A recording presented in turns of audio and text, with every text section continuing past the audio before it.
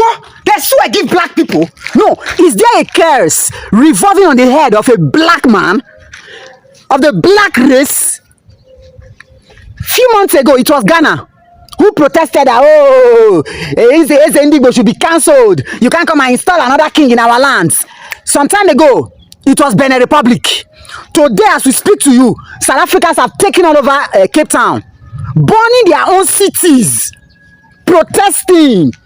They were so energized, enraged with anger. They want to unalive their fellow blacks, that Eze Ndigbo is not welcome in South Africa. You that is a South African, did you ever take your time to understand what Eze Ndigbo means? Have you ever asked yourself, what is the official duty of the Eze Ndigbo? Have you ever asked yourself if these people actually met with your local authorities and they took permission to do that? You entered into the street, burned houses. Now listen, this is how stupid the black man is. This is how useless the black man is to himself. You see these black people protesting now, the Benin Republic, the Togolese, the Ghanaians, the South Africans, the Cameroonians, protesting against their own black brothers. That is, if at all they identify themselves with their own fellow black brothers who were demarcated from them by colonialists. Colonialists demarcated us and we accepted this artificial demarcation. We permanented them. These same countries, these same African countries protesting against their own brothers in their environment. In Ghana, in South Africa, in Benin Republic, in Cameroon, in Togo, in Democratic Republic of Congo. Check their forests. There are quarry sites. In their bushes, there are quarry sites. In their farmlands, not too far away, just look, you will see a quarry site. In their backyard, there are quarry sites being managed by foreign nationals. Being managed by Chinese people, India, some crook cartels in Britain, being managed by France, being managed by Westerners, Easterners, Middle East people, acquiring, mining their own resources. They don't have problem with it. It is when their own fellow black brother doing their own peaceful thing. Oh, not in this country. This is how useless the black man is to himself. In South Africa, as I speak to you now, white people are still saying that, oh, the country belongs to them. The country belongs to them. They don't have problem with it. We saw clips of white people calling for war. That if the black South Africans wants to gallivant, they would teach them a lesson. These white guys were threatening black South Africans that if they dare misbehave, that apartheid is a tip of an iceberg. And get me right, I'm not talking to South Africa alone. This issue of blacks filled up with so much rage, wanting to fight themselves, destroy themselves, burn their cities, is the entire black continent. Look at what is happening in the Democratic Republic of Congo. The white man told you that you are a Tutsi, you accepted. Yes, I'm a Tutsi. The other one, white man told you that you are a Hutu, yes, you accepted. Oh, yeah, fight yourself. Then, shameless animals in the Democratic Republic of Congo started fighting themselves. Even in the colonial period. Check your history. Well, please, because we don't read. Every time entertainment, we are all like chasing after stupid videos and stupid meaningless music. That's why we are like this. We are a generation that knows nothing about themselves. Go and check your history. Go and check your history. It was black people white men used to fight their fellow blacks. When you see a legion of army who wants to attack the neighboring tribe, you will see probably 5 or 10 white men in their midst. The remaining thousands of soldiers are black people with weapons ready to go and destroy the other tribe. They will come out and say, hey, Black Lives Matter. Shut up your mouth. Shut up your dirty mouth. What black life? In your country, does your life matter? Do you respect yourself as black people? Animals. Do you never think like human beings?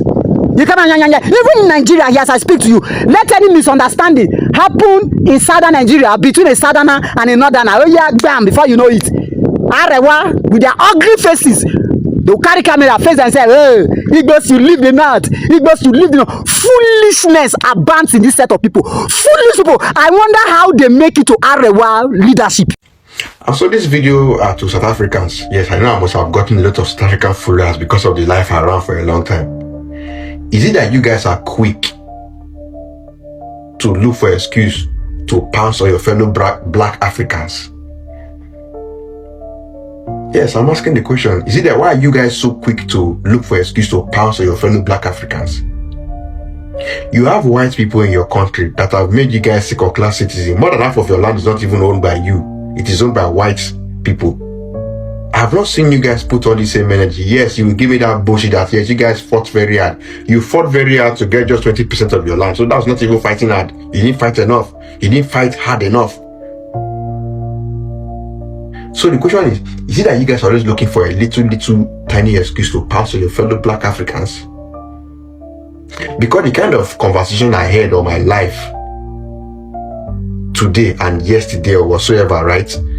I had to question the educational qualification of some South Africans. Some of them came to the platform, they argued that, well, in Africa, they have one of the best universities that is recognized globally. So if you have that kind of university be recognized globally, why is it not reflecting in the life of you South Africans that were making arguments today without even having to have civilized conversation? Because many of you that came in, you tend to want to make the argument into, oh, they are doing powder, oh, they are taking our jobs. Like, who the fuck, Jesus Christ? Like, we are having a civilized conversation on a particular topic. You guys could even barely sit on that topic. It always results to insult. Yes, and we acknowledge that some of my Nigerians that came to the life triggered some of the insults. Yes, I admit to that. But that is by the way. The problem is, it's like as if you guys had this bottled up anger that you've been keeping and waiting for one excuse to just explode. And apparently Nigerians were the ones that, turned the petrol in that fire, and then the explosion happened. And then you guys are pouncing on it. Like, you see, if it were the white you guys were pouncing on, it would have been good. But I don't think there have ever been a time where you guys put the same energy, right, in pouncing on the white people that are taking over your land or that are making you guys look like second-class citizens in your country. In fact, as a matter of fact, some South Africans came to my life and they were giving excuses for white people against black people. They said black people in South Africa are useless. They're not as productive as the white people in South Africa. So apparently we could argue that the white South Africans are very conquered. You people, because now you can no longer even think outside the box. You're not thinking inside the box of white South Africans that have colonized you and they've pressed you there. You can't even move. I regret hosting this life, I swear, because I had a lot of nonsense that I did not like. Jesus fucking Christ. Like, I was so disappointed in some of the things I had today. In the full life I hosted, it was only one lady from South Africa that had a different opinion. And every other South African were pouncing on her. They were calling her a sellout, blah, blah, blah. One even came and was speaking their Zulu or whatsoever language. I'm like, Jesus Christ. Don't tell me that more than half the population of South Africans are daft. And I hope that's not the case. And I want to believe that the people that came to my life, they do not represent the rest of South Africans. Yes, I want to believe that. And ever even take me to South Africa. What does Nigeria doing in that animal country?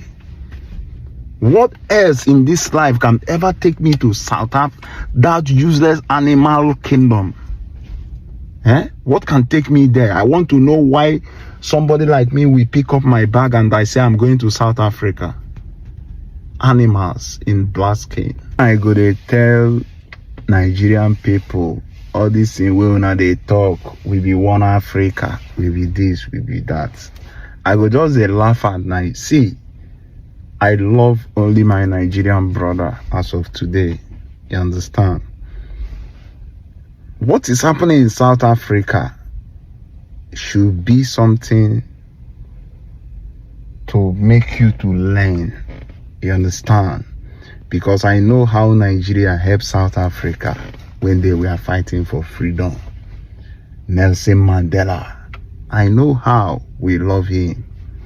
But today, South African people are buying their fellow black people. Then you guys are joining them to fight white people, but also white people have king in that land. The Nigerian, which is Igbo tribe, my tribe, who created the king. They don't create that king that they are ruling the South Africa, but they create that king in South Africa so that they can use it to have authority over we Igbos living in South Africa, so that when another Igbo get problem with their fellow Igbo, then that king will call them and settle them, not their rulings. And South African people, they know this. But looking at Ghana, looking at all these Cameroonians talking that we should not have our leader in another country who is going to coordinate others. When they see like two Igbo fighting, they go to report this king will settle them. Not that they are dealing with affair of South Africa. That is just hatred. You understand? And I want to send this message to all these African countries, Ghana and all the, it's not all of them, but they are stupid Ghanaians. They are stupid Cameroonians, all these Uganda that feel oppressed when they see Nigeria. I want to send this message to you people. Nigeria is big, and forever they are going to be big. You can never see the back of Nigerian citizen, not talk of Igbo. You understand? So your jealousy no go anywhere. Somebody called me from South Africa today, and I have pressed some button in South Africa, and I'm telling all these Zulu boys that you guys should stop that useless things you do there. You understand? Your MTN is in Nigeria. Most of your people, they live in Nigeria. Nobody have taken their life. Nobody have destroyed them. I think by now you people are doing a lot. Because that is why when they want to say Israel is trying to divide South Africa, I say let them go and divide it. I don't care. And if South Africa be in any war today, I will support their enemies. Because these people, they don't think like human. South Africa women, they have no problem. I will always stand for them because I have been there. They are very nice people. The only problem there is because the South African men, they are jealous of Nigerian men because of how they are responsible taking care of their wife. Even South African woman who marry a South African is not comfortable with the husband because their husband don't take care of them. They also look for a second husband, which is Nigeria. So that is the problem. So these South African people, una go take una time. Stop taking the life of people, because they come to your country. You say some of Nigeria do drug, catch them and put them in prison. If they do wrong, if they break the law and do the business that is not accepted in your country, put them in prison. Let them face the law. Stop taking the life of innocent people. Tomorrow you say we are black, the white people, they are doing this to us. Fuck you, man. I love white people over even South African black goats. Una no get sense, enviness. Now they kill all of you. Stop that. Because they are in your country. You are showing muscles. Can you do that in another country? Can you go to another country? Can you visit another country and make it there? The people who are booming your economy have been in South Africa. You guys don't do anything. At the end, you come to beg money to the Igbos. You understand? Even all these Ghana talking, useless Ghanaian people, it's not all of them. But there is useless Ghana, useless Uganda, useless Cameroon. They have tied a lot of Ghana people in that Motata. I have been to Eastern Cape. The South African black people, the black South Africans have killed a lot of Ghana, Uganda, Cameroon. They are not even buying Nigeria because Nigerian people have peace. When Donald Trump was saying what South Africans are doing to white people, you guys will be here fighting against Donald Trump. But he's saying the truth. Animals in black skin. Why are some of you South Africans so wicked? Why are some of you so heartless? Why are you so cold-hearted and evil? When would this your xenophobic attitude end? What kind of hatred makes you haunt your own people like this? Because right now, groups of South Africans are moving shop to shop, targeting other Africans, telling them to shut down their businesses, demanding documents. And even when those documents are presented to them, they are still beaten, whipped with canes, chased with machetes. Let that sink. Africans attacking Africans, not criminals, not invaders, people trying to survive, running small businesses. So what exactly is the crime here? Is it working, existing, being from another African country? Some of you are doing too much. This is not patriotism. This is straight up xenophobia. Let's call it what it is. Because if your anger is only directed at other Africans trying to earn a living, then this is not about unemployment. It's not about the economy. It's about choosing the easiest target and calling it justice. And the real question, where is the South African government? What exactly is being done to protect other Africans? Why does this keep happening without any consequences? Because let's be honest, this level of hostility towards fellow Africans is not strength. It's not pride. It's a failure.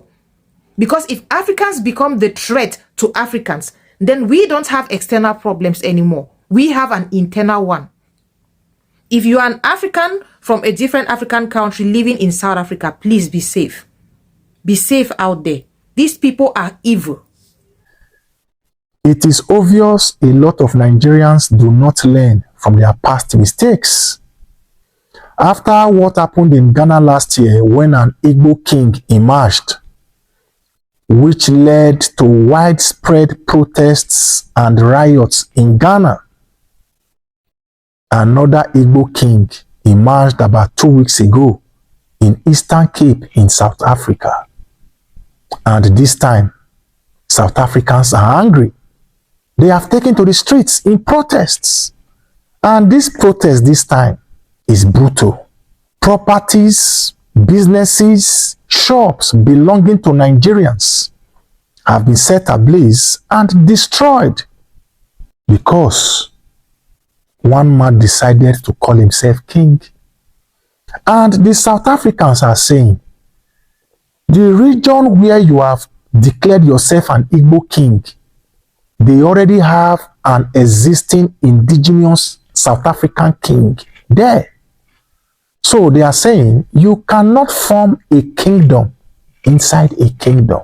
Right now, a lot of Nigerians residing in Eastern Cape have fled their homes to safety. After this same thing happened in Ghana last year, if I was told this would happen in South Africa this time, I would have argued. But of course, we are Nigerians. When you don't want to live by the rules, regulations, and laws of a country where you are a foreigner, this is the outcome. Good day to our viewers all over the world and welcome back to Local Journal. You see, I'm not trying to absolve or exonerate the Igbos in all of this country of blames. That's for the very fact that they over amplify this coronation thing and make it gain clout that it shouldn't get, and make it bring negative connotation to it, and causes stuff like this to happen. However, this whole thing has a lot of things not to do with this whole Igbo coronation or Igbo king coronation. It's a pure hatred. It's a pure thing of hate for Nigeria. They just don't want Nigerians in their country, and they are doing everything. They flare up at every given opportunity. They flare up at every given instances or any slightest act of provocation, because this is not like a provocation to me, if not the fact that they were amplified it to make it look like it's something so important or something that has to gain the clout that it's getting at the moment. It happened in Ghana recently. The Igbo king that happened in Ghana, it's not like trying to install an Igbo king in Ghana or in South Africa like it's happening currently. It's just like the leader of Igbo in those countries, and you're supposed to have a leader anywhere you go to, so that if anything happens or if any of the people from the Igbo race does anything, living in that place does anything, he'll be held accountable, and the people that will bring him to book and to justice is the Igbo leader in that place. You know that these people are businessmen, and when three of many people are doing business in a particular place, disputes could erupt. Even not in terms, even though it's not even in terms of business. When people of the same ethnic group are living in a particular place, you can't erase issues or altercation between them. And if issues like that comes up, who do you want them to want to help them solve it before approaching the court, or probably maybe approaching the countries their the country they are staying for settlement and all. It's better you go to your leader in those various countries you're staying to help you settle the issue, because it is better settled by the leaders since they are the same tribe and the same language. That is the reason why they it's their culture and part of their lifestyle to always appoint their leader anywhere they go to. And Eze Indigbo means the leader of Igbo in those countries. It's just that people are over amplifying and blowing it out of proportion. That is just the reason why it's gaining this negative clout it's gaining at the moment. And the very fact that these people don't like Nigerians, that is the reason, because other countries have leaders in other in their resident countries and all of that, understand, and this whole thing is not coming up. But the fact that it's Igbo and it's Nigeria, that's the reason why it's gaining this negativity that it's gaining, and they're using that pretext to call on other Africans to go to their country and to destroy stuffs of other Africans. You can't make excuses for these South Africans, because this is what they know how to do. They don't like other African countries at all, and they've shown it in the time past. The last time they destroyed stuff, it was not about even Nigerians at all. It was not about the citizens of Nigeria. Rather, it was a general fight to chase other Africans out of their country. They do it to Zambians, and they do it to people from Zimbabwe, people from their own side of the divide as well, understand? So you can't say it's something Nigeria. They don't like every other people except themselves alone, because they feel their country is good.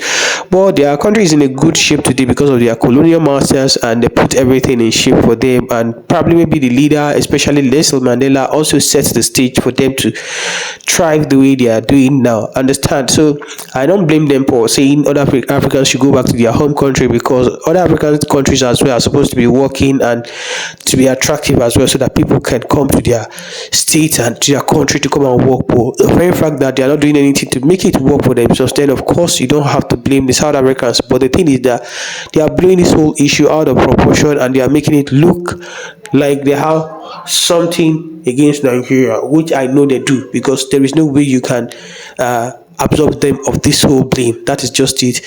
I'm calling on all Nigerians to, like, kind of those ones, especially those ones interested in going to South Africa, or those ones staying in South Africa, to do everything they have to do just to leave that place, because these people don't like you. The same thing goes to Ghana. Nigerians and Nigeria has done so many sacrifices to these people, for these people, and paying them in this way, it's not something that they should even think of at all. But that's life for you.